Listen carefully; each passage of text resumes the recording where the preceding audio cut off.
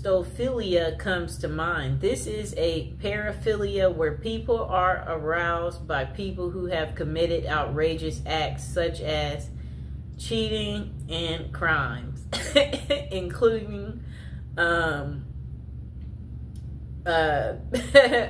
R word and people who are murderers. The thing that makes this so interesting is that it is different for everyone. Some are more passive about it while others are aggressive.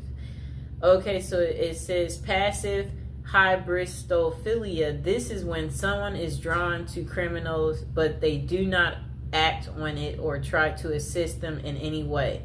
They may show passion through being an advocate for the prisoners or simply enjoy movies such as OITNB and Prison Break on a deeper level. Whatever that means. I guess that just means you like watching shows that are very criminal. So I guess I can give an example of someone drawn to a criminal. Do you remember that movie called Out of Sight with George Clooney and Jennifer Lopez? Remember Jennifer Lopez in the movie? She was a cop. And George Clooney, he was the criminal. And remember, she got kidnapped by George Clooney. They created a romantic movie out of this situation. And J-Lo, she, had no man in her love life. Very good looking woman, And then here is this criminal that kidnaps you. And he's very handsome, okay? And you're just like, I'm finally getting some type of cool excitement, and you're like, look at this criminal. Like, why would I tell on this criminal? I never get this level of fascination. That's how J-Lo felt, So yeah, like at the end of the movie, they were trying to catch him, and the other cops asked her, "Did you see him?" And she kind of like froze, like, because she's wondering, do I tell them? Because she is at work and she is in uniform. She's a cop. And she's like, no. Like, she's not going to rat on him because she fell for the criminal. And before that, her and George Clooney, remember, he's a criminal and he's on the run. And she's a cop. So, he had her number, so... Yeah, so what happens is the criminal contacts you. Look, the criminal contacts you. You're at home and you're sleeping. The criminal contacts you, and then you wake up because it's the criminal. And then when the criminal is contacting you, that's when you're like, you're all ears because you don't know when you'll ever talk to this criminal again because he's calling like private. And you're enjoying this because you're like, where are you? I haven't heard from you in a while. I'm surprised to hear from you. That's what happened to her. He randomly calls, but she can't call him back because I understand this clearly, especially when you don't want to get caught in some type of way where I'm like, you know what? I want to be friends with that person, but they know this and that, so that could be bad, where you just you have to think about certain things where you're like, it might not be the best to that's kind of what the criminal was feeling because he knows at the end of the day she's a cop and it's her job to bust people like him and put them behind bars. So anyway, they had their secret meetup in the movie. And their secret meetup, where they went out to dinner. They both was just, it was a night to just enjoy one another, talk to each other, clarify, yes, so why haven't I heard from you? And then he's like, well, blah, blah, blah, blah, blah. And then they had their one night of passion.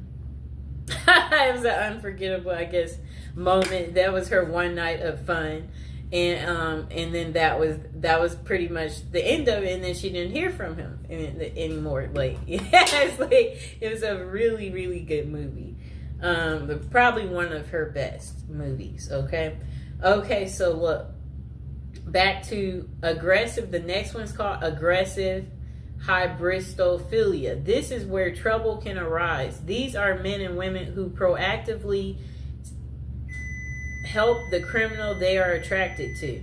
This means they could lure victims in, cover for criminals, bury bodies, and other severe acts. Bonnie and Clyde are the perfect example of this type. I'm trying to think, do I know of one like this? Where men and women help the criminal they're attracted to. This means they could lure victims in, cover for criminals, bury. Okay, I'm trying to think. That one I can't think of. It's not a fast one that just comes to me. Okay, so why do so many prisoners / criminals in relationships? The answer is quite simple. It is a mixture of hybristophilia, the desire for excitement from their mundane lives, the long distance passion, and the fantasy of it all makes people drawn to that lifestyle. In fact, there are over 40 different websites that cater to prisoner dating, such as meetaninmate.com. And then potential consequences. Though it would be nice to have a happy ending every time, there are significant consequences from dating a known criminal. For example, a book called Dream Lovers: Women Who Marry Men Behind Bars. Jacqueline Wilcox Bailey talks about a real-life incident. Two sisters walked out of their long-term, boring relationships to get with prisoners. When those men were released, one of the sisters was murdered, and the other was beaten and tortured, which sent her supposedly posed lover back to jail. I think they mean prison. With this as a possibility, always be aware of the dangers you could be subjecting yourself. If you decide to follow that journey, with that being a solid case, does that mean that all prison love is fake and they are nothing but predators? Then they said myth. There is no such thing as true love in prisoners.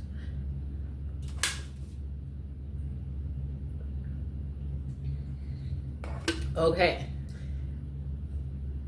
so they said there are some genuine and sincere relationships, but there are also tons of scams as well.